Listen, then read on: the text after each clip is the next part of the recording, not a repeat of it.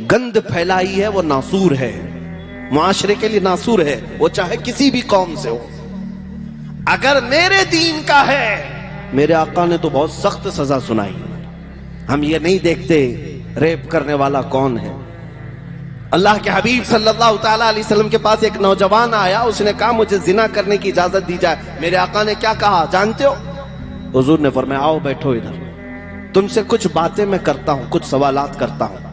کہا میرے آقا صلی اللہ علیہ وسلم نے کہا تمہاری ماں ہے، زندہ ہے؟ کہا ہاں ہے، میری ماں ہے۔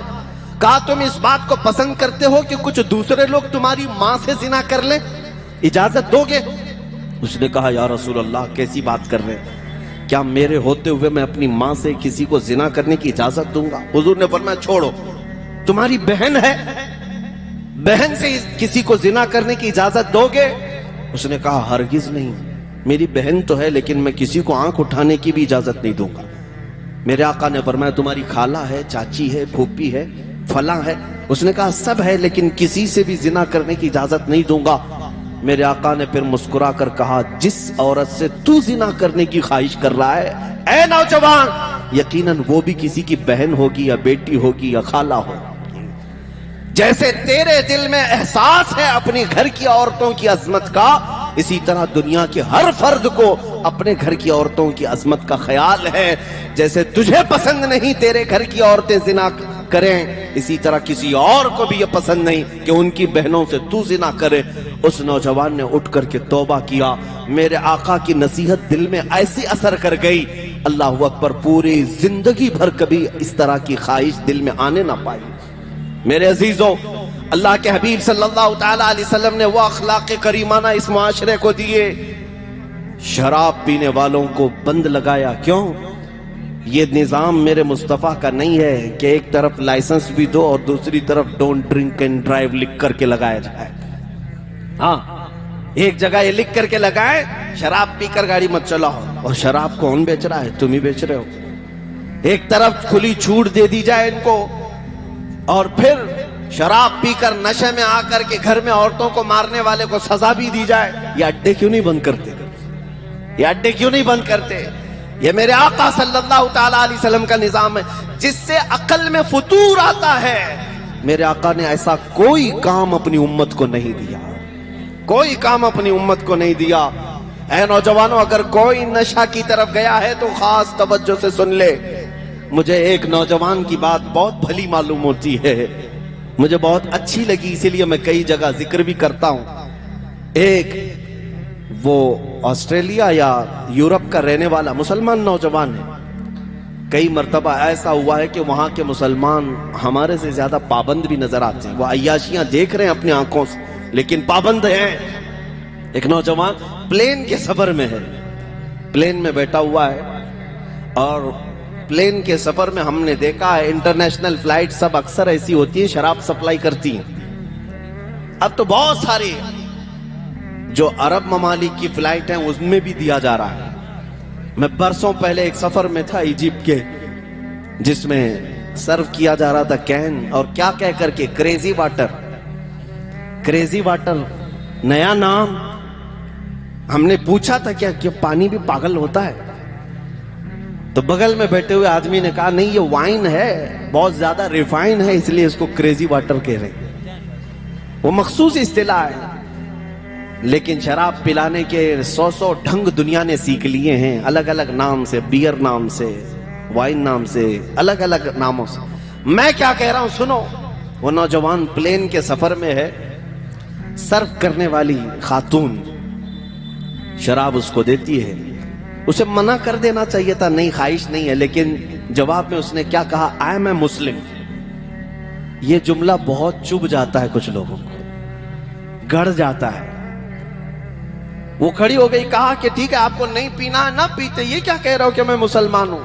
اس نے کہا آپ کو سمجھ میں آ جائے کہ مسلمان اور شراب دو اپوزٹ چیزیں ہیں، آپ کو سمجھ میں آ جائے، اسی لیے میں نے کہا دو اپوزٹ چیزیں ہیں۔ میرے نبی پاک صلی اللہ علیہ وسلم نے اس کو حرام قرار دیا۔ وہ کھڑی ہو گئی کچھ بحث کرنے کے لیے، بات کرنے کے لیے، کہا دیکھیں آپ کے بغل میں بھی جو مسافر ہیں، پیسنجر ہیں، وہ بھی پیتے ہیں، نارمل چیز ہے، پیئیں گے سفر کٹ جائے گا، ریلیکس ہو جائیں گے۔ یہ کیا ہے آپ آرگیو کرتے ہیں اس چیز کو لے کر کے؟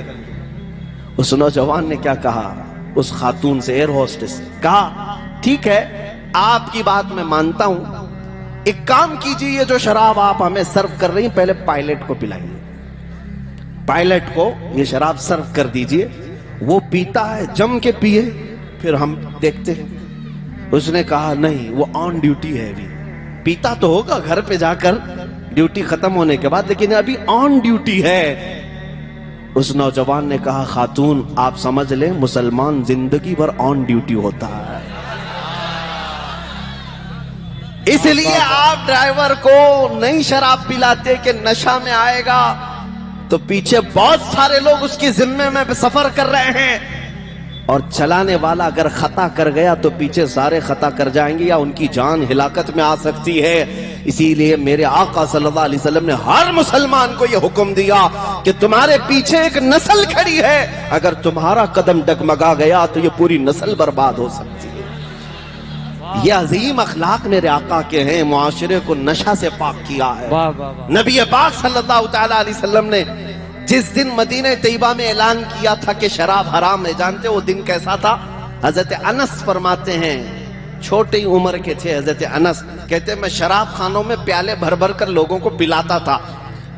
جو ہوٹل تھی اس زمانے میں شراب پینے کے، ابھی شراب حرام نہیں ہوئی تھی مدینے جانے تک، وہ کہتے ہیں میں سرو کرتا تھا لوگوں کو، اچانک شام کا وقت تھا، لوگوں کے پیالے بھر بھر کر کے میں دے رہا تھا، گلیوں میں آواز آئی یا ایھا المسلمون قال رسول اللہ صلی اللہ علیہ وسلم حرمت الخمر، اے مسلمانوں اللہ کے رسول نے فرمایا شراب آج سے حرام ہو گئی۔